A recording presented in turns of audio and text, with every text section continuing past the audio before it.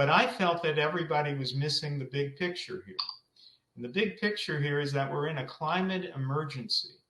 And when you're in a climate emergency, then you've got to do everything you can to save life on the planet, to save human life and animal life.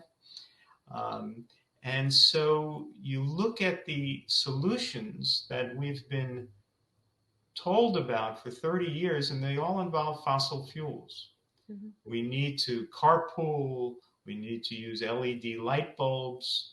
We need to insulate our homes. We need to, use less energy. We need to transition to solar and wind power, cleaner energy sources. And all those things are good, but we've been told about it for 30 years, and 30 years later, we're burning more fossil fuels than we were 30 years ago. Yeah. So clearly it isn't working. And also, Bill Gates said we need to get to zero in his book. We need to get to zero burning of fossil fuels. Well, really, is Bill Gates proposing that we end the airline industry? I haven't heard him say that. I read his book. He didn't say end the airline industry. So how are we going to get to zero? All the 18-wheeler trucks on the road, they're burning diesel. They're not burning. They're not electric vehicles. Yeah. And by the way, even the production of electric vehicles currently requires the burning of fossil fuels. Mm-hmm. But even in a fantasy, even if you fantasize that tomorrow we go to all clean energy, so it's all wind energy and solar energy and electric vehicles and electric trucks and I don't know, solar airplanes that are suddenly going to be invented overnight. Even if you fantasize that we somehow stop burning fossil fuels, we're still going to be warming the atmosphere.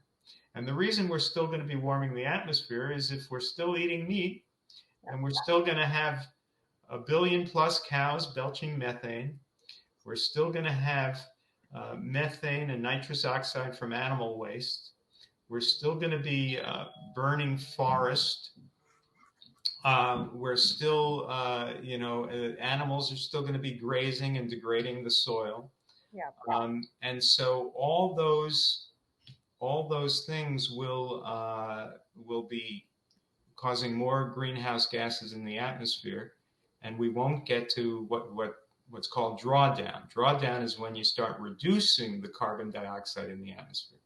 So clearly it's not going to work to just focus on fossil fuels. But let's say we do what I propose in Food is Climate. Let's say we all do the easy thing.